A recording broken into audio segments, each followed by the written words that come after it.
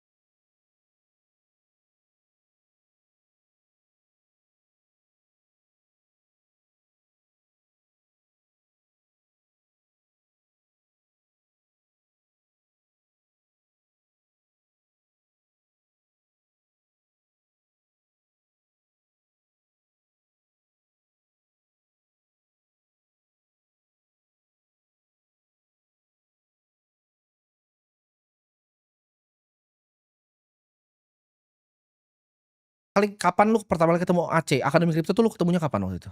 Waktu itu tuh 2023 kayaknya Maret atau April gitu. Pas lagi ada video yang acara pertama kali di Senayan, yang Koko bahas tentang apa ya? Argentina peso. Oh iya. Yang awal banget launching, yang logo Aceh masih warna Oke, biru kan itu. 2 kali kan kita bikin di sana. Satu yang Nah. intensif yang kelas yang lu nanya-nanya sama yang satu Sebelumnya. lagi tuh yang Argentina peso. Iya, Oke. itu aku nonton YouTube-nya.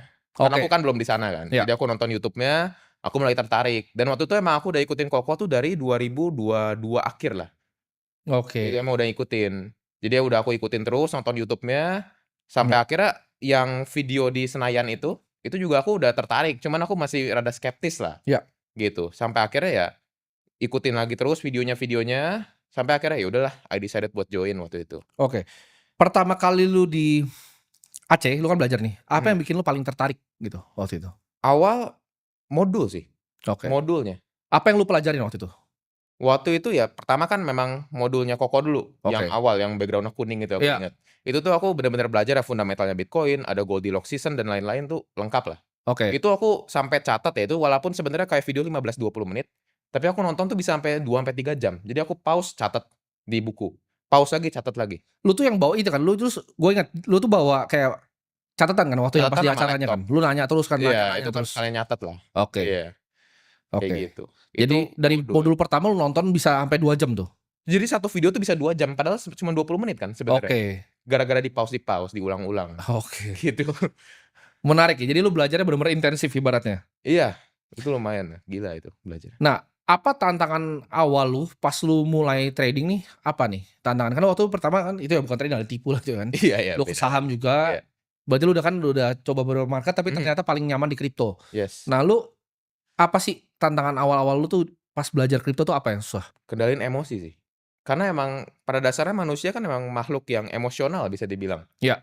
Trader tuh emang dibilang kata orang-orang tuh kayak orang aneh ya kan. Gak Oke. boleh ada emosi sekali, cuman bisa lihat ya angka, ya bener-bener angka, gak boleh lihat itu tuh uang. Di saat kita lihat itu uang ya kita bakal kena fear and greed-nya kan. Oke. Ya gitu. Jadi kontrolnya itu. lu nganggap market tuh kayak main game lah ibaratnya. Yes, tapi awal-awal kan gak gitu. Oke. Sebelum bener-bener ngerti, sebelum bener-bener paham, ya itu masih ya emosi naik turun. Jadi Itu yang paling susah. kalau ijo tuh lu Wah malah ya deg-degan. Kayak deg-degan. jadi kayak gambling sih. Oke. Kayak gitu awal-awal. Jadi spekulatif banget rasanya awal-awal. Iya. Ketika lu belajar hilangin emosinya, baru lu mulai bisa trading lebih stabil. Iya, belajarnya sih by learning by doing aja sih. Tapi bisa lebih enak sih udah gitu. Ada momen nggak di dalam perjalanan trading lu ini yang tiba-tiba, oh ini gua tuh mulai ketemu stylenya, terus mulai bisa profit konsisten tuh kapan? Oke, jadi di awal-awal pas lagi Prof Kakak bikin banyak banget modul itu, Ya. aku benar-benar pelajarin semua. Sama aku catat juga semua. Semuanya berapa jam? Total lu nonton modul aja berapa jam? Wah, ratusan bahkan mungkin ribuan jam. Nggak tahu. Pokoknya Ratusan jam berarti, ribuan jam. lebih kayaknya. Oke. Itu sehari aku bisa spend like 6-8 jam. Itu pun belum dipotong jam sekolah. Dengan Aku kan jam 7 pengetahuan sekolah. yang Oh, lu masih sama SMA ya seperti waktu itu? pengetahuan yang Bapak miliki sekarang dalam hal investasi dan tabungan. Kayak apa yang harus langsung aku lakukan, no gimmick-gimmick langsung saat itu juga. Yang pertama-tama, kalau saya punya uang, balik lagi 17 tahun ya, saya pasti beli Bitcoin.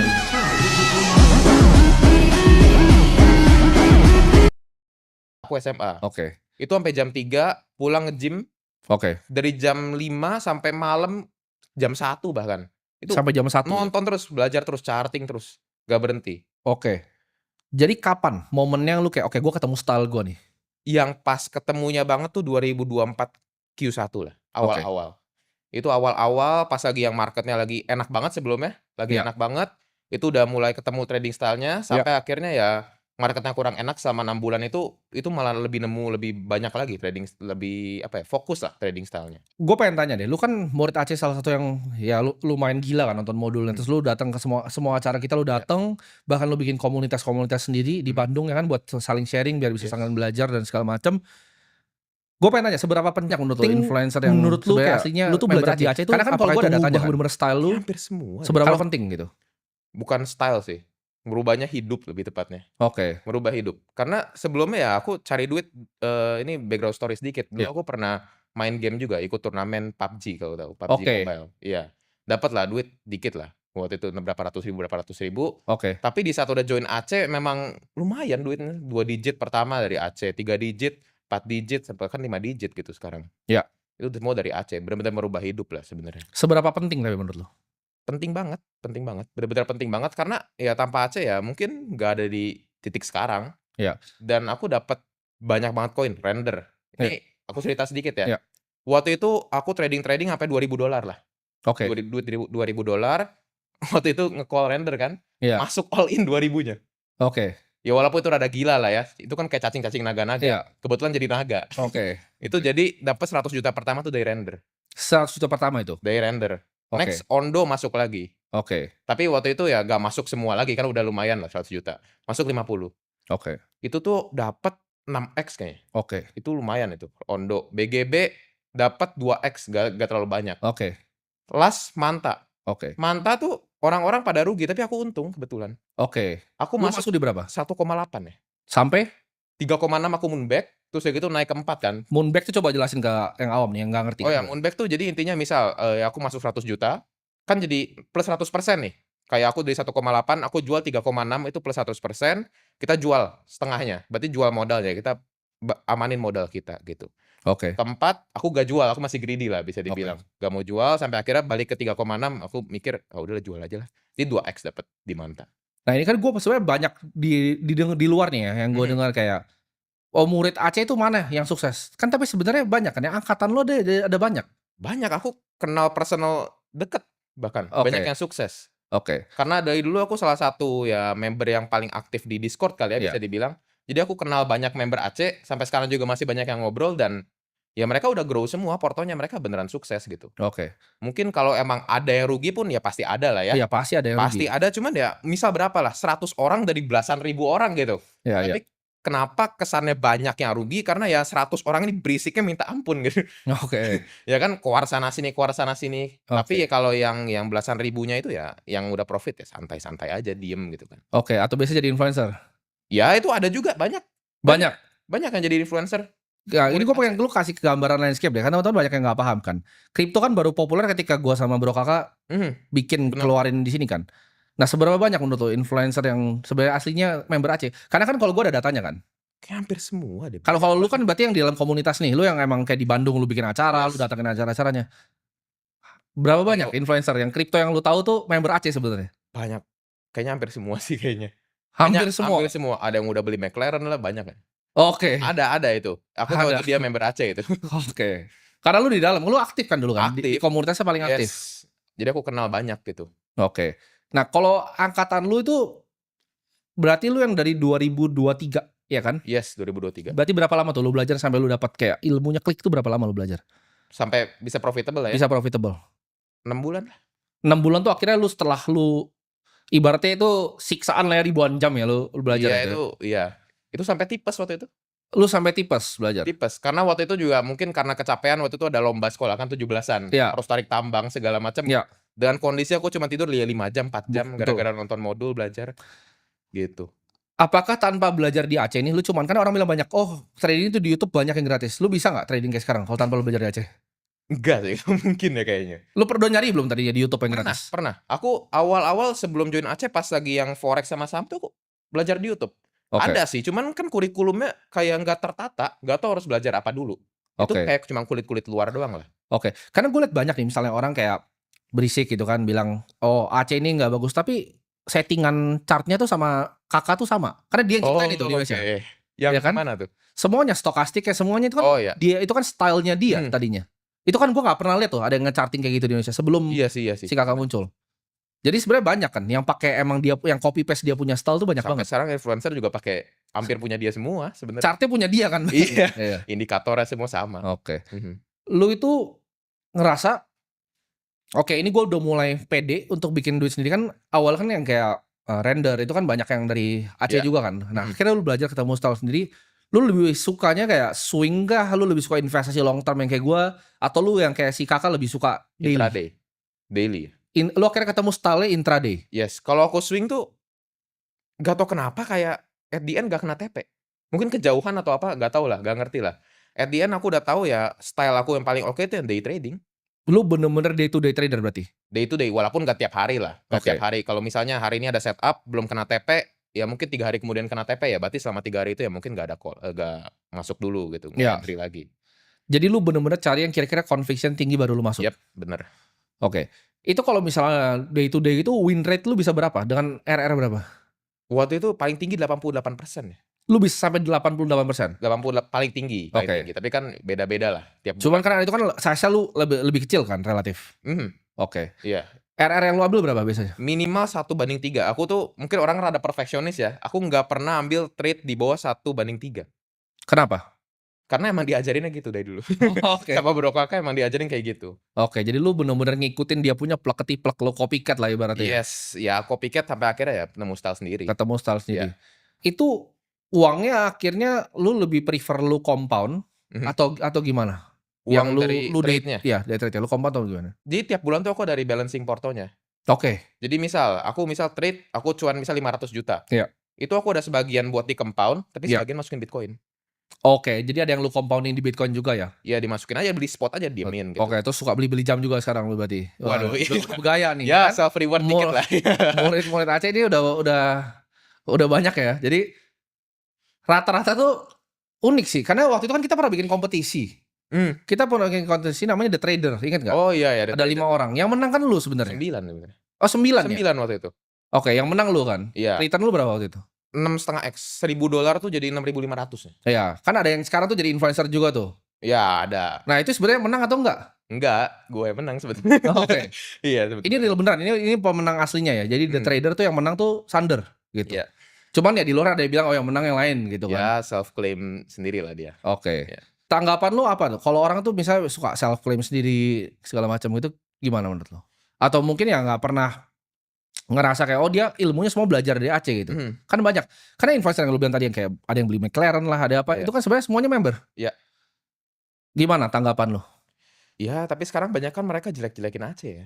Oke, padahal kayak- ilmunya belajar di Aceh. Kayak kacang lupa kulitnya bisa dibilang. Oke. Kalau kayak aku pribadi ya, aku jelekin Aceh apakah pernah ya? Enggak, paling cuman buat hook konten. Aku pernah Oke. bilang kan, Akademi Kripto kelas paling sampah. Aku Iya. bilang gitu. Itu buat hook konten, tapi isinya bagus. Oke. Gitu.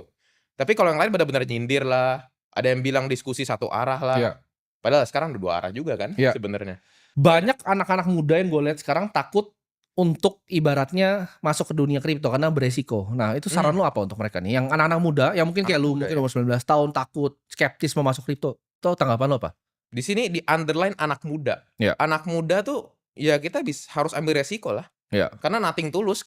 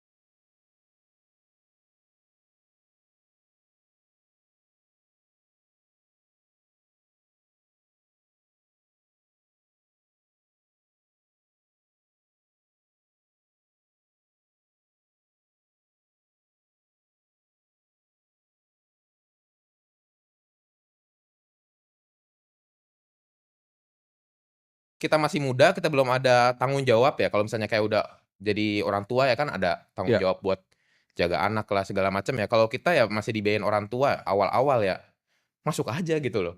Tapi ya jangan sampai ya kalian maksa, misal kalian punya uang pas-pasan atau orang tua kalian ya penghasilan pas-pasan ya kalian malah pinjol, itu kan gak wise juga kayak gitu. Iya, karena menurut gua anak muda tuh justru ada benefit ya dibanding orang yang mungkin seperti gua ya. Anak muda tuh nothing tulus ya kan. Lu kan nothing tulus. Bener. Ketika lu mama lu tuh pedagang di pasar, lu nothing tulus gitu loh. Yes. Either lu make it di sini atau lu nggak make it di sini gitu kan. Jadi justru itu kalau menurut gua ya itu sebagai benefit juga untuk anak-anak muda. Jadi menurut lu nggak apa-apa anak muda untuk coba mulai aja. Justru harus sih. Harus berani nyoba lah. Harus berani lah. Kalau bisa dibilang anak muda tuh. Work is a pain in the apps. My files are in this app. My chat's in this app. Projects in that app. Oh! Wow.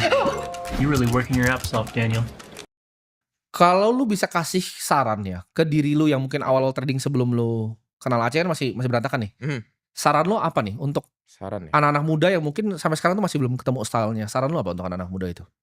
Ya terus curious lah. Be curious. Belajar terus. Dengan ada rasa penasaran ya. Kalian bisa belajar terus dan akhirnya kalian pasti nemuin sendiri gitu kan. Kayak sekolah lah bisa dibilang. Kan diajarin ada geografi, sosiologi dan lain-lain yang sebenarnya kesannya kayak gak guna gitu. Tapi itu kan at the end bisa bisa mengetahui lah. Kalian tuh bisa tahu ya passion kalian apa, bakat kalian di mana. Ya at the end ya kayak trading style kalian apa gitu kalau misalnya kalian udah belajar menyeluruh gitu. Apa artinya kebebasan finansial buat lu? Kan ibaratnya lu masuk ke dunia market lu pengen jadi orang kaya, ya kan? Sekarang ya bisa dibilang lu udah bisa konsisten gitu kan profit. Ya di atas rata-rata anak usia lu lah pastinya itu kan punya uang. Apa artinya buat lu? Lu kenapa lu mau jadi kaya? Arti kebebasan finansial tuh buat lu apa? Karena itu yang gue bikin. Jadi ketika gue lihat ada orang seperti lu, itu ngingetin gue ke diri gue sendiri gitu. Ketika gue dulu, gue bikin janji di mana gue tuh pengen semua orang bisa bebas finansial kan. Ketika gue ngeliat anak kayak lu kan dari ibaratnya bukan dari Jakarta lagi, dari luar. Iya. Datang ke sini, terus lu emang punya semangat yang lu pengen bisa ngubah hidup, lu pengen bisa ngubah hidup orang tua lu. Apa artinya buat lu kebebasan finansial? Kebebasan finansial yang penting bisa bermanfaat bagi orang sih. Karena aku juga terinspirasi dari Ko Timothy yang bagi beras lah tiap hari Jumat. Lu bagi beras tiap Jumat? Aku nggak tiap Jumat sih, aku Ya. tiap bulan. Oke. Tiap bulan rutin, tapi bulan ini belum karena kan lagi Oke. sibuk lah. Oke. Tapi bulan-bulan kemarin ya bertonton beras udah dibagiin. Oke. Soon mungkin sekolah kita ikut aja gitu, ikut. Oke, mau ikut nih anak ini. Iya.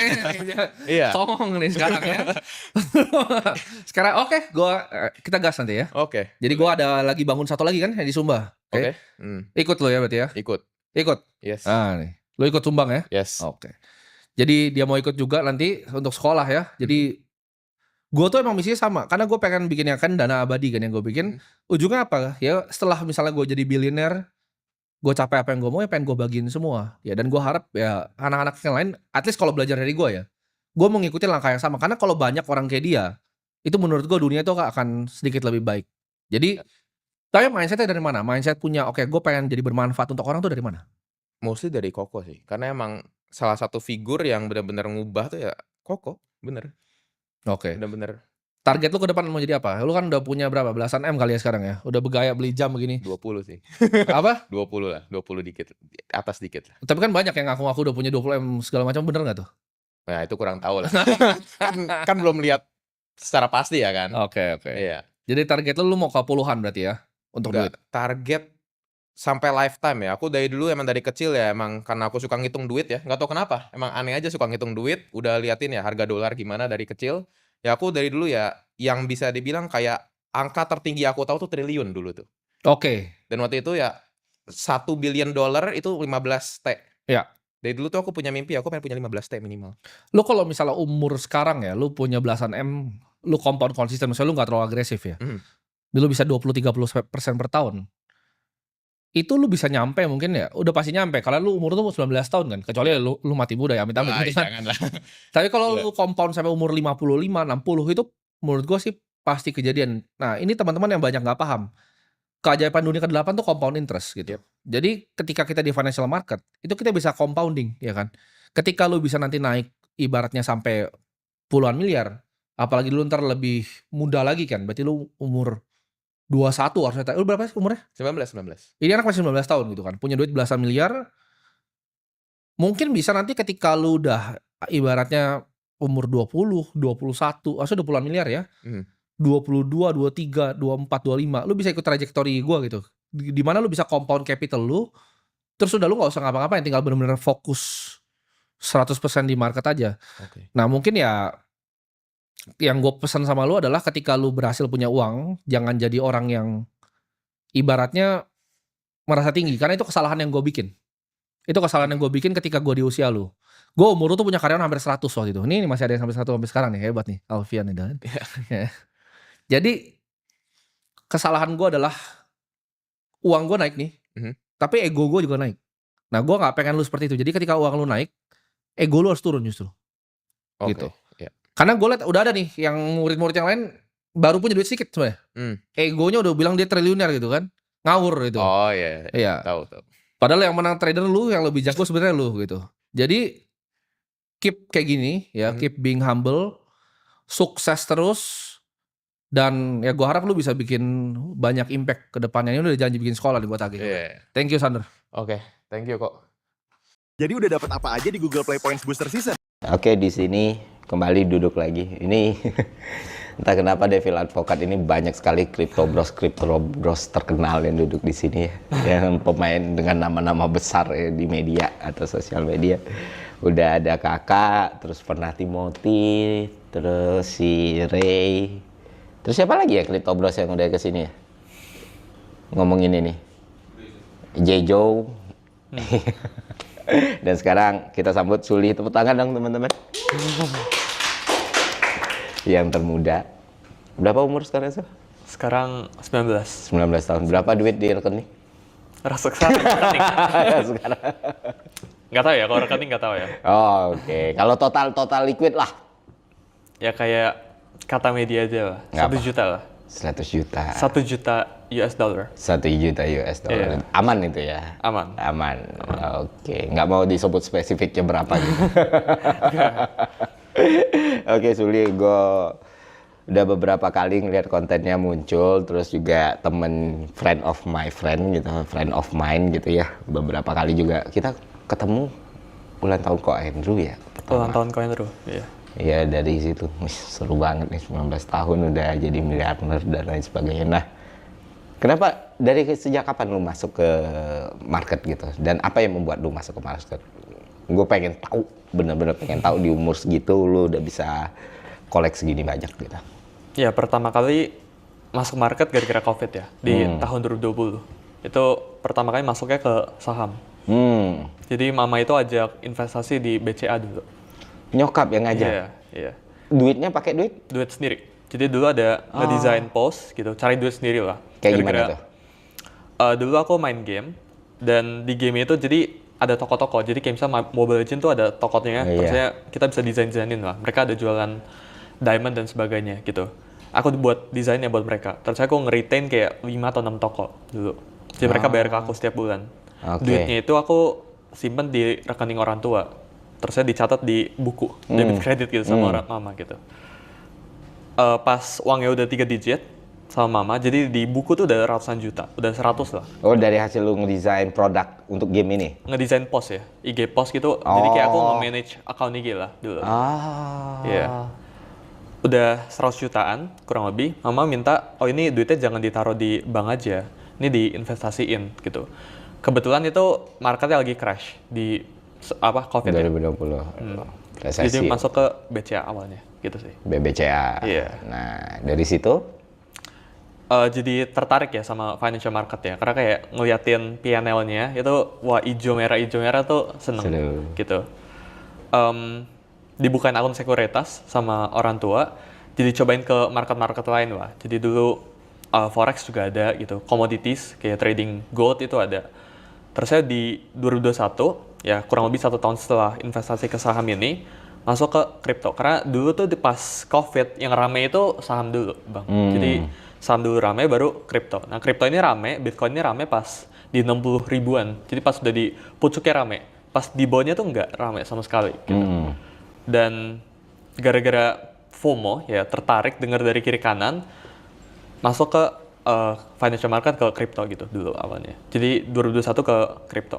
Langsung ke Bitcoin waktu itu. Iya, tapi masuknya di pucuk. Jadi itu hitungannya cycle pertamaku lah.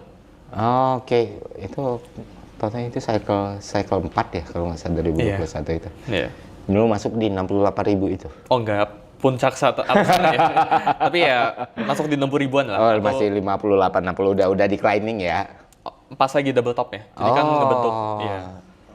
Masuk di sana ngerasainnya untungnya cepat di sana. Karena kan marketnya free market kan. Jadi kripto kan terbuka 24 jam gitu. Iya. Sedangkan saham kan nggak itu kan. Jadi jam 3 tuh tutup gitu. Jadi ada break ya lah. Jadi kalau di kripto tuh aku bisa nge-refresh terus PNL. Jadi setiap sejam misal bosen liatin portonya gitu. Ngerasa kalau kripto ini lebih cepet lah mainnya. Lebih enak lah gitu. Dulu mikirnya kayak gitu. Jadi pelan-pelan dari sahamnya ini sama dari beberapa instrumen investasi lainnya dialokasiin ke kripto. Lama-lama jadi ke all in gitu. Akhirnya pindah semua tuh porto lo. Gitu. Dan itu lu di umur 14 dan 15 tahun? Di umur 16 mungkin ya. 16 tahun? Iya. Dan lu lebih tertarik itu daripada push rank di Mobile Legend gitu di umur segitu. Gue masih main Mobile Legend itu waktu itu. Ya dulu ada main game ya, cuma belum enggak sih. Dan akhirnya lu jalanin terus momen yang bikin lu kapital lu berkali-kali lipat gitu ngegulung itu kapan? Dulu tuh nggak berkali-kali lipat, jadi di 2021 2022 tuh rugi. Jadi masuk rugi. semua di all in, kan Bitcoin 68, iya. Dia retrace ke bawah turun. Aku ingat portfolio aku kena drawdown yang 40% something gitu. Aku stres banget liatnya, di cut gitu, terus saya dipecah. Gitu. Lu cut loss terus lu bagi-bagi basketnya? Ya jadi kayak udah saham 10% berapa persen gitu dipecah. Terus saya fokus buat cari duit aja gitu. Terus lu masuk ke alt? Oh dulu tuh masuknya Bitcoin, ETH sama Doge.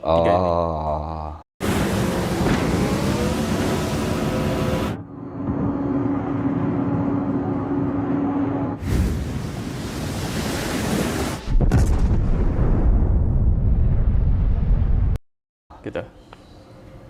Sekaligus tiga itu kenanya 40% lu cut, lu pisahin. Terus yang bikin lu punya uang segitu banyak itu waktu lu bikin decision apa tuh? Dulu di financial market di forex ya, itu ada yang namanya prop firm, Bang. Jadi kita basically secara singkat lah, kita ikutan tes. Kalau berhasil kita dapat funding, jadi kita trading lah buat satu firm gitu. Pada saat itu di umur awal tahun 2024-an kurang lebih, itu aku lolos satu firmnya gitu. Dan mulai cicil lah Bitcoin. Jadi aku udah mulai enter Bitcoin. Bitcoin kan retrace dari atas 60% ke bawah. Di kurang lebih 20 ribuan itu aku mulai masuk lagi. Karena denger lah dari kiri kanan gitu. Dan kali ini masuknya dengan bener. Nggak masuk ngasal atau masuk FOMO lah. 2023 itu ya? 2023, iya. Sambil masuk di situ. Ya, sambil di sini ngedesain post, ada active income, ya, sama trading tadi itu. Dari prop firm ini lumayan besar lah. Jadi kayak kita trading commodities ya, gold, forex gitu. Kita tradingin terusnya hasil payout-nya atau hasil uang yang kita hasilin di sini itu dapat profit share ya. Jadi kalau misal kita dapat funding $100.000, kita hasilin 10% dari itu, jadi kan dapat 10.000 kan. Kita ke split gitu. Jadi dapat 70%-nya gitu. Jadi dapat 7.000 ditambahin ke kripto. Dulu tuh model of making money-nya kayak gitu, muter gitu terus. Gitu. Dan ya ujung-ujungnya pas Bitcoin ke 60 ribuan, yaitu uangnya udah bigger lah, udah double triple lah gitu. Dan ini kan lama kan? Iya. Dari situlah titiknya lu menuju $100 juta. 1 juta dolar. Amin, 100 juta. Nah, sebenarnya ada beberapa hal dalam story lu ini ya yang seakan-akan itu kan to be true ya. Kayak orang lihat di usia 15 masuk ke saham 15. Mulai diversifikasi aset, terus masuk ke Bitcoin, sempat cut loss di 40%, terus rebound, comeback gitu, terus jadi sulian sekarang gitu. Tapi suffer dan perjuangan yang benar-benar lu rasain dari umur segitu sampai sekarang gitu tuh apa sih gitu? Apa sih orang yang nggak tahu yang menderita banget yang bikin lu ngerasa kayaknya gue harus berhenti deh atau something like that. Kayaknya ini bahaya deh. Kayaknya gue ini deh. Ada nggak sih? Oh, kalau mikir berhenti mungkin enggak ya, karena dulu tuh jadi mungkin ada yang kepotong ya cerita dari awalnya. Aku juga pernah ceritain di salah satu podcastku. Dulu tuh aku bilang ke mamaku, karena jadi dulu trading sempet untung, tapi pas di sempet untung itu aku kasih tunjukin ke mama gitu. Aku bilang, aku nggak pengen kuliah, aku pengennya trading aja. Ini lebih cepat, udah nggak usah kuliah, nggak usah 4 tahun, terus saya kerja. Ini nggak make sense buat aku karirnya gitu. Dulu mikirnya kayak gitu. Dan aku bilang duit dari kuliah ini, ya SPP-nya ini dipakai buat trading aja. Jadi dulu tuh sampai pinjem 47 juta buat trading gitu. Dan ujung-ujungnya ini kena margin call gitu. Jadi ya mungkin ya hal yang paling aku ingat itu ya dari sekian lama ya gitu. Tapi lu sendiri dengan pergaulan lu dilihat kayak alien gitu gak sih? Lu sendiri berteman gak sih dengan teman-teman lu? Lu nongkrong gak sih gitu? Oh nongkrong. Tetap nongkrong? Iya. Sambil merhatiin chart gitu? Ya kadang-kadang ya. Terus teman-teman lu gak kepo apa? Lu ngapain Sul terus cerita gitu? Oh mereka udah tahu sih, mereka ngikutin sih dari awal. Jadi teman-teman sekolah tuh dari awal ngeliatin. Jadi kalau misal di kelas lagi break, itu kan boleh buka laptop, aku bukanya chart gitu, bukanya YouTube, nontonin apa gitu. Dari dulu udah teman-teman sekolah udah liatin sih, udah jadi saksi sih. Terus mereka tertarik nyoba juga nggak? Ada beberapa yang tertarik sih, cuma yang bertahan lama itu belum ada. Tetap lu sendiri nih, berarti mereka ngikut lu, terus mereka coba, terus ya udah mereka ke bidang yang lain atau fokus dengan hal yang lain. Ya ada beberapa yang aku fasilitasin sih, kayak ya coba kasih duit, modalin dia buat trading, terus di profit split gitu bilangnya ke dia, atau kasih kelas-kelas, ikutin dia apa ya, kayak masukin dia ke beberapa kelas gitu, yang luar, yang dalam gitu. Tapi nggak ada yang tahan lama tuh nggak ada sih. Ya karena capek kan, energinya kan butuh banyak gitu. Terus ada nggak momen-momen di mana lu ngerasa kayak wah kayaknya kalau gue terusin gue bakal rugi besar ini gitu. Ada turnover momennya nggak di lu sendiri yang bikin lu belajar sesuatu gitu? Kalau diterusin rugi besar enggak ya? Tapi karena jadi alasannya dulu masuk ke financial market itu ada dua bang. Yang pertama tuh aku mikir kalau game ini bangkrut atau kalau toko-toko ini bangkrut, ya anggapannya gamenya tutup lah gitu. Dan game itu kan siklus kan, bisa naik turun gitu. Aku mikirnya kalau gamenya tutup atau gamenya redup, aku nggak bisa cari duit lagi dari situ. Jadi aku harus segera cari source of income yang baru. Dulu mikirnya kayak gitu. Itu yang pertama. Terus yang kedua tuh, aku rasa kalau financial market itu end game dari segalanya. Misal ya kita kerja atau kita buat bisnis, ujung-ujungnya duit dari kerja atau buat bisnis ini pasti ditaruh ke financial market, ujung-ujungnya gitu. Mau ke saham, deposito itu financial market gitu. Jadi dari dua alasan itu, ya aku ngelihatnya ya financial market ini hal yang aku harus seriusin sih, gitu. I used to be a corporate lawyer. I was a housewife. I was a lecturer. I took the courage to switch career from a corporate comfort zone. SDBBA course has helped me to find this remote job opportunities. And after I joined the course, now I am mom. Oke. Yang jadi pertanyaan gue adalah setelah lu dapat gain dari situ, lu take a profit dari situ, lu establish secara keuangan. Apa yang menyebabkan lu kepikiran untuk buka kelas dan berbayar gitu? Itu satu. Kedua, kenapa lu muncul di sosial media? Kenapa lu jadi content creator atau influencer or something like that? Padahal kan secara kapital lu udah punya semua nih.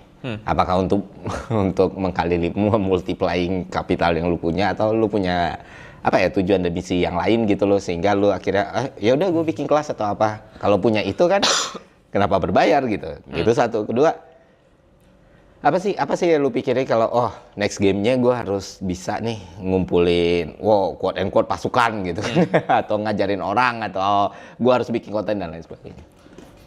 Aku rasa aku butuh lebih banyak leverage ya. Jadi kalau selama ini aku nge-leverage uang, dengan aku tampil itu aku bisa nge-leverage lebih baik kalau aku bisa lebih kenal beberapa orang lah gitu. Aku tampil tuh setelah hit $1 juta. Jadi setelah SPT aku udah, aku sempat publish SPT aku di bagian investasi lainnya aku post. Jadi crypto 15M. Berapa kamu tulis? Itu awal tahun ini aku post. Iya, berapa? Apa ya? Yang kamu tulis di SPT berapa? Investasi lain crypto 15M. 15M. Iya. Khusus buat kriptonya gitu. KPP mana? Apa? KPP mana? Ada daerah. Kalau barat, ya Don Mogot lah paling ya. Kali deres. Diurus itu. Siap. Gitu. Tapi dapat duit dari kelas iya dong, pasti dong. Cuma ya itu jadi apa ya? Risk free income aku sih. Jadi kalau aku bisa cari duit yang nggak perlu meresikokan uang sama sekali ya solusinya buka kelas gitu. Karena kalau aku trading ya meskipun ya kita tarik per quarter atau per tahun, itu net tutup bukunya pasti untung. Ya aku bilangnya pasti sih dari aku pribadi ya, dari aku trading. Cuma kan ada momen-momen retracement ya, momen-momen drawdown ya. Jadi ya di saat momen drawdown itu mungkin seminggu kalau ditarik ya bisa aja loss gitu. Tapi kalau setahun, kalau 3 tahun ya mungkin nggak loss gitu. Berarti lu nggak buka kelas untuk ngomong edukasi atau memberikan penjelasan ke publik atau untuk misi-misi mulia, enggak? Tapi untuk buat cari duit lebih banyak ya. Oh. Cuma di satu sisi dengan cari duit lebih banyak ini bisa provide value ke orang, kenapa tidak gitu? Iya, berarti kan kelas itu bagian lu berinvestasi pada human capital yang lu punya kan. Karena kan knowledge yang lu bagi ke orang. Yang mana kalau lu menghasilkan uang dari HCI, human capital index yang lu punya, ya kan risknya 0. Karena apa yang lu tawarkan ke publik kan. Oke. Berarti tetap lu, ini skoci yang aman nih kelasnya. Dan itu rame. Oke lah. Oke. Dan kenapa lu muncul gitu loh? Muncul kan risknya banyak sekali tuh. Ya dulu nggak mikir banyak sih ya pas muncul ya. ya pengen kenal orang-orang hebat aja sih. Misal dulu tuh aku ngefans banget sama Ko Andrew gitu. Oke. Itu juga aku kan nggak mungkin bisa kenal tanpa muncul kan. Jadi out of nowhere ngechat DM IG nggak mungkin dibalas gitu. Jadi ya dari situ juga untung gitu. Jadi karena lu mau memperbesar networking akhirnya gue build diri gue sendiri muncul di Karena logiknya tuh ya kalau dari orang yang udah made from the market ya, kayak gue sering nggak bisa relate atau sering susah relate gitu ya. Kalau gue bikin konten ya karena gue mau cari uang. Itu different kick kan. Kalau ini kan uangnya mereka udah dapat. Karena fame itu kan berbahaya ya. Fame itu lebih banyak mudorotnya kalau kata orang mah. Kayak hidup lu jadi terbatas segala macam. Oh jadi lu sendiri untuk networking lebih luas. Akhirnya muncul, akhirnya ngasih edukasi, akhirnya bikin kelas. Ada nggak bagian dari semua itu untuk ngevalidasiin value-value yang lu rasa ini nggak bisa dibeli sama duit nih? Misalnya kayak didengarkan orang atau diakuin orang dan segala macam. Dari dalam diri lu sendiri deh. Ada nggak keinginan kayak gitu? Mungkin yang aku dengar dari beberapa temenku ya, yang ya duitnya baik banget, tapi anonim. Itu mereka suka diremehin. Jadi misal kemarin aku baru ketemu Bisugo, kalau Bang Ferry tahu, dia on chain itu duitnya 2 triliunan, cuma ya pasti di belakang jauh lebih baik dari itu karena yang ditunjukin kan 2T. Dia bilang ke aku, bahkan dia kepikiran buat muncul. Kenapa? Karena dia bilang kalau anonymous tuh ya orang tuh suka ngeremehin kita gitu. Kayak orang nggak kenal kita di jalanan di mana. Di kayak people nggak look down ya. Iya, look down to us lah gitu. Ya itu mungkin jadi salah satu ini ya, reason ya. Cuma dulu nggak banyak mikir kayak gini sih. Ya buat konten aja. Dulu diajak masuk podcast, masuk podcast aja gitu. Cuma nggak mikirin kayak, muncul gara-gara pengen jadi ini, pengen ini, enggak sih. Ya. Podcast pertama? Sama teman ya, iseng ya. Cuma mungkin yang, itu nggak ada subscriber sih ya. Cuma sama Sam Chris ya, kalau Sam ya, awalnya. Sam Chris? Samuel Chris. Yang si influencer. Yang punya si influencer, iya. Itu teman dari dulu atau podcast pertama yang punya nama yang lu muncul gitu. Ketemu di event ya, event crypto. Terusnya gara-gara pada saat itu aku lagi ada activity lah gitu ya. Dan Kosem ini minta tukeran kontak lah sama aku. Sejak saat itu jadi kontak-kontakan, tektokan. Terusnya pas dia denger aku IG story, aku buat appreciation post buat diri aku sendiri. Aku bilang aku udah ada $1 juta, dia WA, dia chat. Mau gak masuk podcast jawabin tentang ini gitu. Ternyata rame ya dan kayak sekarang lah sekarang. Itu tahun berapa sih?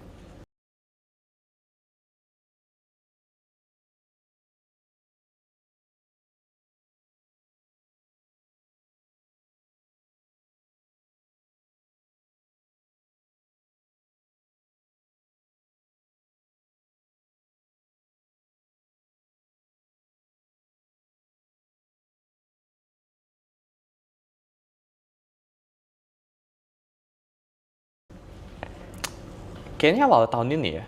Oh, jadi lu tuh baru beredar itu cepet juga Sul ya? Sekarang, atau ya Desember 2024. Terus lu ngedevelop channel YouTube lu sendiri sekarang? Ada. Terus Instagram juga gitu? Iya ada. Berapa pertumbuhan follower dan engagement itu meningkat pesat tuh berarti dari tahun lalu? Oh iya, pasti dong. Tahun lalu tuh, awal tahun 2024 tuh under 10.000 followers sih. Jadi nggak difokusin, bahkan 2024 tuh Ya udah. nggak pengen nge-grow aja tuh. Cuma ya belakangan ini aja mungkin ya. Kayak ya kalau ada yang bisa di-grow atau kalau ada yang bisa di take advantage, ya kenapa enggak gitu. Ini kan something yang ya opportunity cost kan. Iyalah. Berapa pertumbuhannya sekarang? Apanya? Sekarang followernya kalau dulu? Per hari ini 500.000 ya IG. Wah, anjir. Gue nyari 500.000 tuh bertahun-tahun. Tapi kemarin Bang Ferry nambah 1 juta cepet banget. Nambah 2 juta. Nambah 2 juta cepet banget. 3,3 juta. Itu kalau dari data Social Blade per bulan September itu peringkat 10 dunia. Wow. Dengan engagement terbesar. Di bawah gue ada satu akun India, bawahnya Cristiano Ronaldo, bawahnya Taylor Swift. Wah. Gila. Tapi yang menuju 100.000 itu lama. Menuju 100.000, 500 itu lama. 500 ke 1 juta ya lumayan lah. 1 juta ke 1,4 waktu itu juga ya so-so lah. Cuma kemarin, dan itu kerasa perbedaan hidupnya Sul. Iya. Kayak gue ngerasa yang paling balance ya dinilai segitu 1 juta sampai 1,4. Sekarang itu kayak 1 juta sampai berapa? Iya waktu masih 1,4 juta gitu. Masih so-so lah, masih kayak nggak ada ngebebanin apapun. Gue masih ngerasain kehidupan gue tuh ya berubah sedikit lah.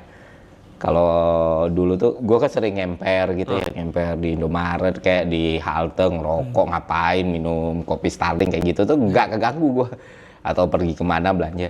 Kalau sekarang udah susah gitu. Pernah gue makan di Yoshinoya di sini, lagi makan gue disamperin security. Itu di depan lagi banyak yang minta foto tuh. Gitu. Gue kira banyak tuh kan, 2, 3. Waduh salah orang, dan gue lagi makan. Tapi ya nggak bisa gue tolak juga karena emang udah nazar di dalam diri gue waktu ya gue sempat cerita ini. Nazar dalam diri gue ketika gue punya idola pemain bola. Lu nonton bola nggak? Kurang ya, namanya Alessandro Del Piero lah. Untuk pemain lama gitu. Terus dia diwawancarai. Dia bilang, dia kan populer banget waktu itu. Dia selalu bilang, apapun kondisinya kalau ada orang minta foto, dia pasti mau. Paling 10 detik, tapi itu bisa jadi experience Moment of lifetime. Iya, buat orang. Wah, ngena kan di gue yang kecil ini, dengar gue juga bakal kayak gini. Dan gue pasti gak terkenal sih, jadi ya sudah lah, tahunnya kayak gitu. Dan itu, makanya gue merasa, lebih enak kayak kemarin ya. Nah itu gue bilang tadi, fame itu punya risk yang sungguh besar sekali sebenarnya. Makanya kalau lu udah capai output dan outcome yang lu pengen, iya susah sih kalau kita ngeliat dari perspektif orang yang udah punya number kayak lu misalnya. Tapi kayak kalau orang yang emang baru mulai dari awal tuh pasti, ya kalau belum ada di situ pasti ini sesuatu yang harus dikejar gitu. Nah itu yang gue bilang tadi kenapa lu muncul. Nah pertanyaan gue dari semua rentetan ini, apa yang paling lu sesalin gitu? Apa yang pernah lu sesali yang lu lakuin dan you wish lu nggak lakuin waktu itu? In terms of apa ya? Apapun dalam kehidupan lu.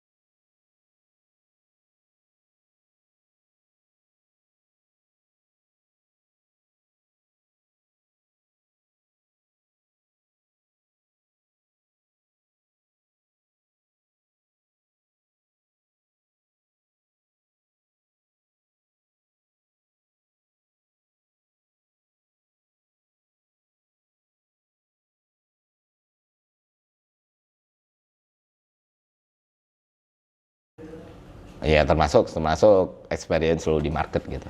Atau ketika lu berinteraksi, atau ketika lu ngajak orang nyicil manta misalnya. Ya cicil manta nggak diajak ya. Oh, nggak ngajak, lu nggak. Terus gimana tuh, bisa dijelasin nggak? Jadi itu cicil manta 1 juta per hari sampai dapat pacar, itu udah konsepnya udah komedi gitu. Oh, oke. Pacarnya dapat akhirnya? Enggak. Terus saya ujungnya di semuanya video di take down karena kan aku udah ngajak orang nyicil 1 juta, bukan ngajak ya. Nyicil mantan 1 juta, pacarnya nggak dapat, mantannya jeblok kayaknya. Karena pada saat itu aku ngelihat ya kita sebut salah satu temanku lah. Dia ya aku lihat, aku pengen appreciate dia dengan nge-take down aja sih. Singkatnya kayak gitu lah. Aku pengen ya karena kan setiap hari tuh orang bisa lewat kan. Jadi kalau kita udah post video 3 bulan yang lalu pun hari ini pun bisa lewat di reels orang. Dan ya aku lihat temanku ini nggak pengen nge-brought up manta gitu dulu. Jadi makanya aku take down semua videonya. Dan ya mungkin gara-gara aku dulu dia jadi kena banyak isu gitu ya. Jadi ya aku decide buat take down gitu. Kayak gitu aja sih. Tapi waktu itu lu nggak ngajak orang, lu bikin komedi, lu mau cicil 1 juta per hari gitu? Iya, itu bungkusnya itu dalam komedi. Untuk dapat pacar? Enggak dapat pacar. Karena mikirnya kalau cicil manta doang kan aneh gitu. Iya, sampai dapat pacar. Ya, jadi biar ada catch-nya gimana sampai dapat pacar gitu. Tapi lu udah pernah pacaran kan sebelum? Udah pernah. Berapa tahun? Berapa tahun pacaran ya? Iya. Oh enggak, cuma 3 bulan, 4 bulan kayaknya. Kenapa putus? Karena aku nggak percayaan ya orangnya. Jadi dulu aku ngetes, ini aneh sih kalau diceritain. Aku ngetes mantan aku ini, aku nggak percaya kalau dia itu beneran sayang sama aku. Jadi aku pura-pura ngajak dia putus, terus aku ngajak dia balikan gitu. Tahu-tahu pas aku ngajak dia putus, dia oke, balikannya dia nggak oke gitu. Jadi ya gitu lah. They're coming straight in. Trust me, I've got nothing.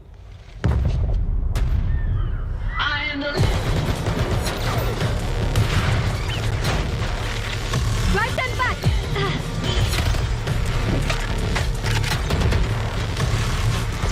They're pushing. Get out of there. Kecewa gue. Nggak kayak gitu dong cara ngetesnya. Terus lu sedih gak ternyata? Ya nggak mau. Kenapa? Alasan dia nggak mau kenapa? Nggak tahu, katanya kayak dia nggak di specific reason sih, nggak dikasih tahu alasan realnya sih sama dia sih. Cuman dia bilang apa? Dia bilangnya ya dia nggak mau lanjutin aja gitu. Padahal lu yang mutusin awalnya. Ya aku yang putusin, terus saya dia nggak balas seharian kayaknya. Terus aku jadi stres kan. Iya. Karena kan ini ngetes awalnya, bukan pengen putusin awal, putusin beneran gitu.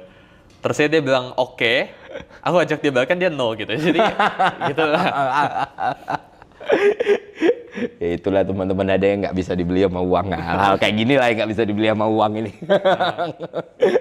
Ngetes sayang tuh jangan putusin dong harusnya. Bukan apa-apa, bukan karena takutnya ini yang terjadi kan. Ternyata beneran gitu kan. Terus setelah itu ada kepikiran, gue harus cari pacar lagi nih? Enggak sih, belum sih. Terakhir tuh putus aku kurung diri di kamar tuh kayak 7 hari kayaknya. Jadi kayak stres banget kan. Kenapa stres? Karena lu sayang beneran? Nggak tahu ya, karena biasanya apapun yang aku bisa describe tuh aku nggak jadi pikiran dalam kepala gitu. Cuma gara-gara dulu nggak bisa diproses aja kejadiannya, jadi kayak pusingnya jadi kamar sendirian gitu. Apa yang lu rasain waktu pusing kamar sendirian? Kangen kah, rindu kah? Lu kan after all lu tuh masih sudah, lu bilangnya. Lu tuh pria yang masih muda, 19 tahun. Gue malah penasaran dengan hal-hal seperti itu gitu loh. Dengan semua yang lu punya sekarang, lu ngerasain patah hati yang sama nggak sih? Itu kan umur 16 ya dulu pacarannya. Jadi kayak 3 tahun yang lalu yang tadi, yang cerita itu.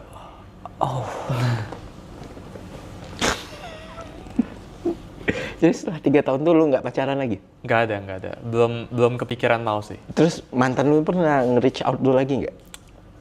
Kemarin gara-gara aku buka question box di IG, itu dia sempat tanya Karena kan aku baru post kayak tentang naik PJ sama Ko Andrew sama Dr. Richard ke Bali itu. Iya. Tiba-tiba di question box-nya isi, Apa? gimana cara ikutan naik PJ-nya kok gitu. Kurang lebih kayak gitu lah. Terus jawab gimana? Oh nggak jawab, ya. Aku lihat aja ada question-nya dari dia tuh aku lihat aja gitu. Tapi lu pengen balikan nggak sama dia? Enggak ya, buat apa ya? Kan lah sayang 7 hari ngulung. Nggak, maksudnya kayak udah ngerasain pain-nya, Oh. terus saya disuruh balik gitu kayak buat apa gitu. Berarti lu mencari yang lain lah yang emang bisa lebih cocok gitu. Mencari yang lain. Ya. Masih anak muda ya, masih anak muda. Tapi benar, kayak gue tuh penasaran dari pertama gue ngeliat lu, nih anak masih main game gak ya, masih have fun gak ya, masih ngerasain percintaan dan lain sebagainya. Dan ternyata apa yang lu pernah ngerasa nggak lu berbeda dengan teman-teman di sekeliling lu, atau lu diperlakukan beda gitu? Kalau sama temen terdekat tuh enggak ya. Sekarang tuh kayak dari dulu, bahkan dari sejak mereka ngelihat aku yang mainan laptop itu di sendirian di sekolah gitu, atau yang ngelihat aku beda sendiri dulu di sekolah tuh, treatment setiap kali ketemu atau setiap kali hangout tuh sama aja sih. Tetap patungan gitu. Tetap ya kemana-mana discuss bareng-bareng, nggak ada yang lebih otoriter gitu. Tetap patungan. Tetap patungan. Anda tidak tahu diri sekali, Suli. Ya tapi kalau ada beberapa case yang misal besokannya aku pengen ke Bandung gitu. Alasannya yang Wi nginep di pindah ke hotel. Aura. Apa tuh? Apa tuh? Flora Zipora, aduh. Ya. Alasannya Wi pindah ke Aura.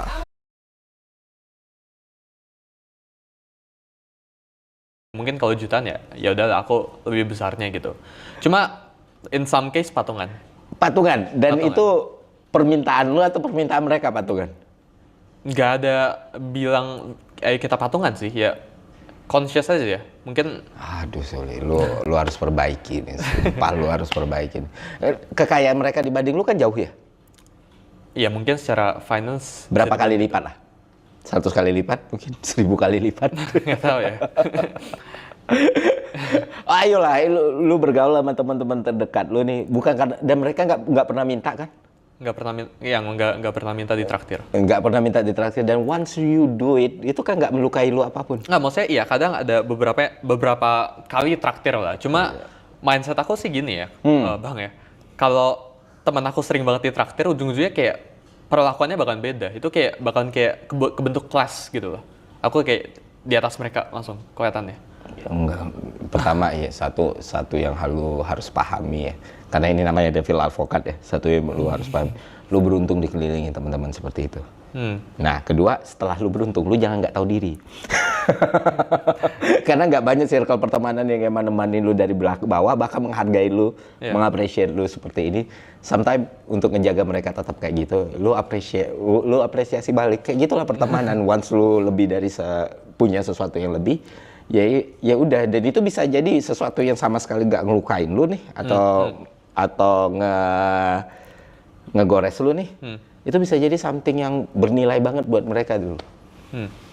Itu pengalaman hidup gue 35 tahun ya berteman ya. Gue justru bakal lebih loyal ke teman gue yang kayak temen lu ini gitu.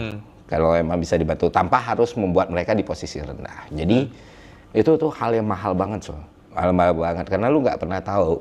Kita nggak pernah tahu lah hidup bisa up and down kan. Tapi mereka udah ada di zaman lu susah, di zaman lu senang. Ya nggak apa-apa, justru bentuk menghargai apa yang udah mereka lakukan ya seperti itu. Tapi keren juga temen lu malah patungan ya, lu appreciate sih. Terus kenapa lu masih kuliah?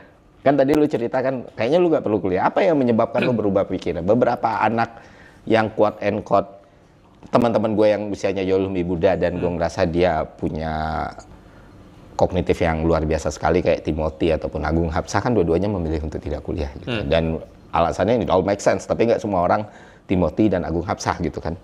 Karena Agung nggak kuliah, Timothy dan nggak kuliah, dan mereka made it karena mereka build different lah. Nah, gue ngerasa lu itu in the same league lah di usia yang sama gitu. Tapi kenapa lu ngambil different path gitu? Lu ngambil untuk nerusin kuliah lu dan bahkan masih My work is easy because I use ClickUp. Here's how I keep track of all my tasks. I start by brain dumping everything I need to get done in a list view. Next, I set a priority and a due date to keep things on track. I create custom statuses to organize my progress exactly how I want. I like to add the action items field so AI can show me the next steps. I add my teammates as watchers so they're in the loop. ClickUp makes work easy, from personal projects to running a multi-billion-dollar company. Click the link below to create your workspace for free.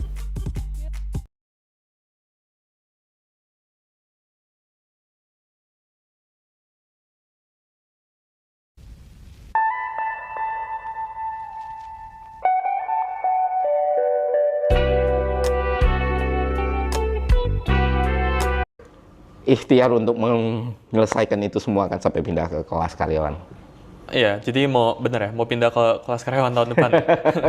Karena kalau yang kuliah biasa sama schedule nggak pas, karena harus datang offline kan. Awalnya tuh, jadi tahun lalu aku udah lulus sekolah bang, jadi aku ngambil gap year setahun tuh nggak kuliah. Dan tahun lalu emang kepikirannya buat nggak kuliah. Cuma setelah, ya aku jawaban singkatnya aku pengen experience ya. Dan setelah aku ngalamin, ya, yang aku lihat perbedaan orang yang kuliah sama enggak, ini bukan negatif ya, tapi orang yang kuliah itu punya tingkat tolerance level yang lebih tinggi. Jadi mereka tuh lebih bisa maklumin orang tuh lebih gampang gitu. Dari situ, terusnya experience jadi mahasiswa tuh nggak bisa 5 tahun lagi, tapi sekarang bisanya. Jadi dari situ sih, ya sama mungkin emang ya belakang ini aku dari kemarin bilangnya sih nggak mau kuliah, cuma gara-gara ada Ko Andrew tuh bilangnya ayo kuliah, terus saya dibilangnya kebetulan UPH tuh ada AI namanya, jurusan AI, disuruh langsung daftar, aku langsung daftar, jadi nggak banyak mikir juga sih. Dan lu menikmati proses kuliah itu selama ini? Iya, belajar lah, baik belajar lah. Bukan belajar pelajaran ya. Tapi ketemu teman-teman, Iya. Dan lu masih ngerjain tugas-tugas kelompok gitu, masih bikin presentasi dari Canva gitu? Beberapa minggu belakang iya, kayak gitu. Cuma ya ini kan mau pindah kan, kelas karyawan kan. Jadi kayaknya udah mulai di stop nih semuanya. Tapi waktu lu masuk itu ada gak teman-teman kuliah lu yang notice lu, ini Suli yang punya kelas, yang punya koin sebanyak ini atau apa gitu? Atau mereka memperlakukan lu ya udah sama aja? Justru sama teman yang dulu di sekolah itu treatmentnya sama ya dari dulu sama ini. Tapi kalau ini kayak lumayan dapat special treatment lah dari luar sana lah. Dari teman-teman UPH tuh dapat. Bahkan dosennya tuh kayak ada nge-offer gitu loh. Kayak lu buatin gua research paper, nanti gua lulusin, ada yang buat kayak gitu lah. Oh iya? Iya. Jadi tapi aku nggak lanjutin ya, dan ujung-ujungnya ya kelas karyawan gitu tahun depan. Kelas karyawan ya, tapi experience tadi bisa hilang dong ya, karena kalau nggak growth sama. Kalau gue sih setuju ya sama Mas Andrew ya, kayak bukan perbedaan sih. Kalau dulu gue ngomong ke Timothy tuh pernah diskusi, ke Timothy, ke Raymond juga gue bilang, iya di level kalian, gue ngomong ke Timothy waktu itu, ya, di level lu emang lu nggak butuh kuliah sih, secara edukasi lu emang nggak butuh kuliah, lu udah secerdas ini, sepintar ini, mental lu ada, nyali lu nggak butuh kuliah. Tapi satu pak, dulu enak kalau ditanya orang lulusan mana, gue bilang cuma itu doang gitu. Ya aku pernah kepikiran kalau misal aku pacaran, nanti ke rumah orang tuanya, kamu apa jurusan apa, ditanya kayak gitu kan. Itu sering banget, itu question yang ya 99% ditanya gitu. Terus masa aku jawabnya aku nggak kuliah om gitu, kayak aku in order to say that aku perlu jadi sukses banget yang sampai orang tua pun udah tahu dan bisa maklumin aku nggak kuliah gitu. Jadi ya image-nya juga lebih baik kalau kuliah sih. Dan itu tuh mahal loh, kayak kadang tuh ya kita berada di society dan masyarakat seperti ini kan, secara realistis ya kita lihat emang itu ngaruh gitu. Cuman ya selalu ada manusia-manusia eksepsional ya. Kayak gue kalau nggak kuliah juga nggak jadi apa-apa gue. Ya jadi OP Watet balik lagi. Nah so, ada beberapa hal ya kayak bang diperhatiin ya, masalah kayak lu 14 tahun main game Growtopia dan ada yang ngegoreng kalau lu ternyata ininya judol gitu. Lu bisa clarify atau enggak? Ya jadi kan Growtopia itu game ya bang, itu MMO 2D sandbox lah kurang lebih. Kita bisa cari currency di sana, namanya Diamond Lock. Jadi kita bisa farming atau trading atau apapun di sana, kayak dunia nyata basically, tapi ada currency-nya. Dan gamenya itu ngelarang buat in-app purchase. Jadi kayak ngelarang buat kita jual beli ke sesama orang. Kita kalau pengen top up tuh harus top upnya dalam game gitu. Dan di dalam gamenya kebetulan ada kasino lah gitu. Dan dulu tuh aku jadi salah satu community manajernya. Aku ngedesainin postnya dan sempat buatin reels di sana gitu. Orang yang kasino di sana itu nggak pakai judul real life pakai rupiah tuh enggak. Mereka pakai currency dalam gamenya gitu.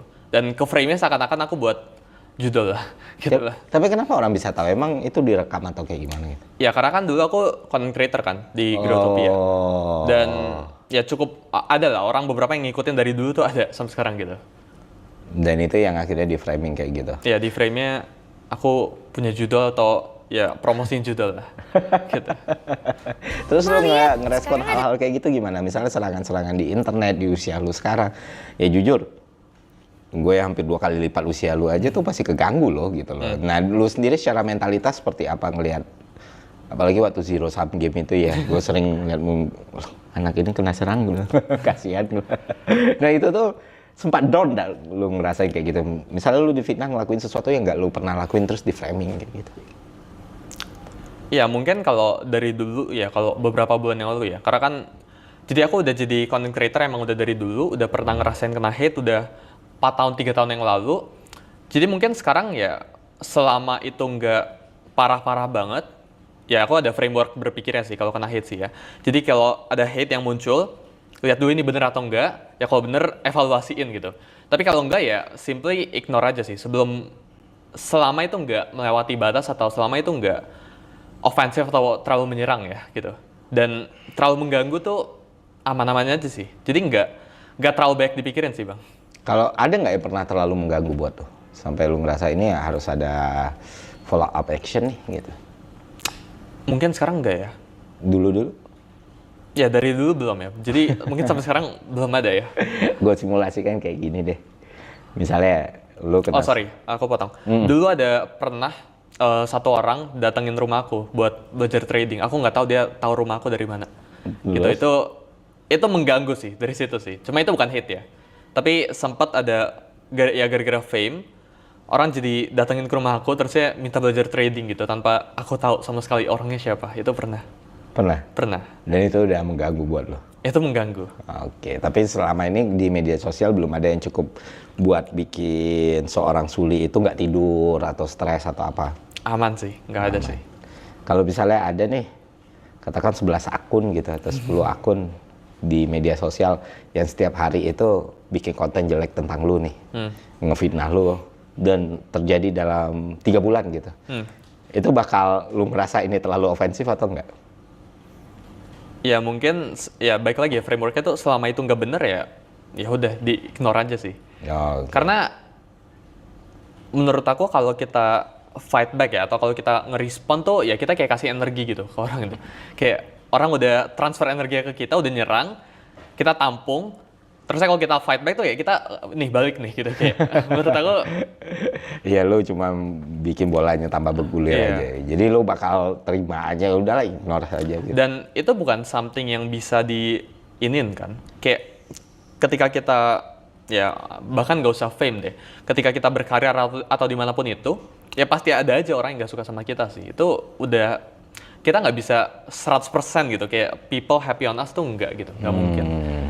Dan ya dengan mungkin ya pemikiran itu ya atau framework itu ya udah notice aja kalau orang nggak suka. Yang penting lebih banyak orang yang merasakan manfaatnya dari aku atau merasakan ya happy sama aku daripada orang yang nggak suka sama aku gitu sih. Nah, yang menarik kan berarti in the long time ya, in the long run, lu kan masih punya banyak banget waktu nih.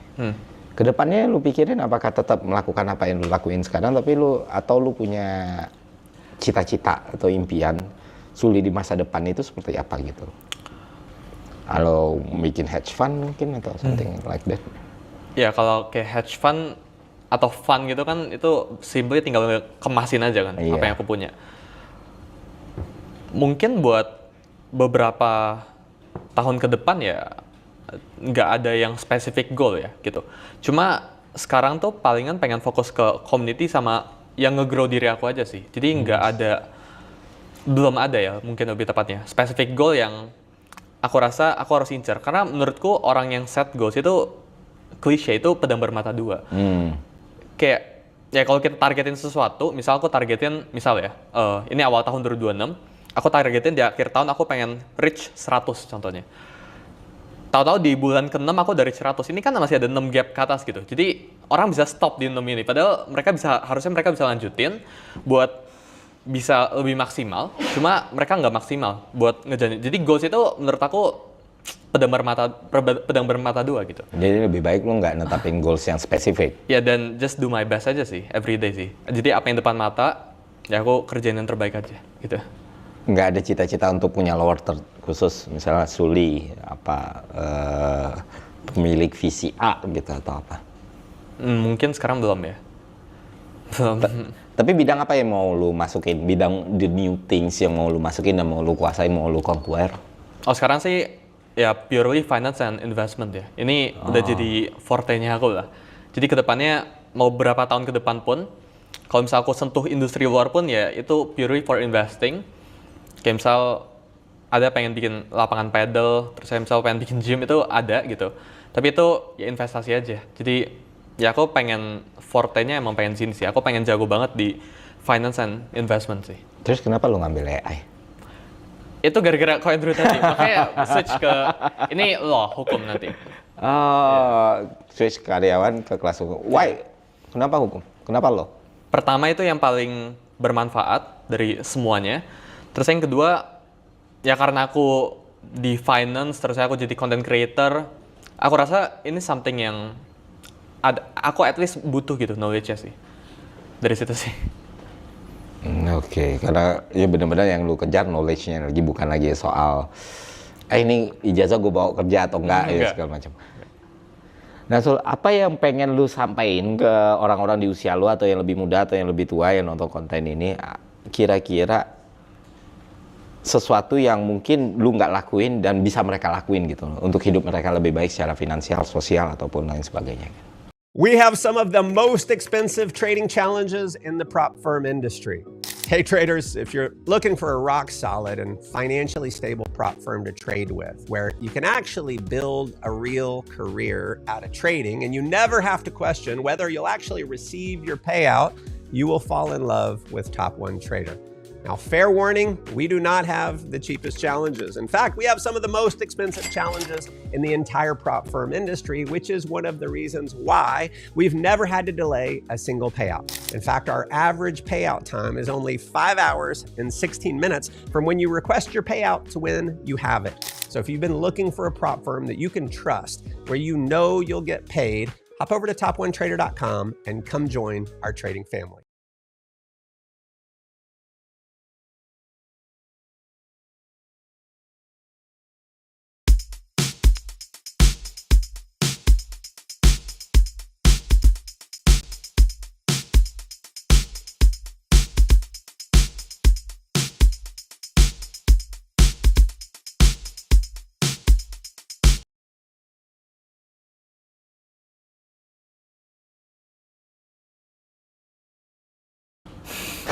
Ya mungkin dari sini ya, dari mulai aja dulu ya. Apa yang aku pikirin ya. Karena most people atau misal di generasi aku sekarang itu kebanyakan mikir sih. Mereka kebanyakan mikir oh bakalan gagal, bakalan diomongin orang dan sebagainya. Jadi mereka nggak mulai aja dulu. Jadi menurut aku ya simply buat generasi aku, misal mereka pengen mulai apapun itu, mulai cari duit, mulai apa, yang penting mulai aja gitu. The first step aja sih. Ya. Yang penting selalu mulai first step. Iya. Kalau mereka mulai tanpa perhitungan yang jelas,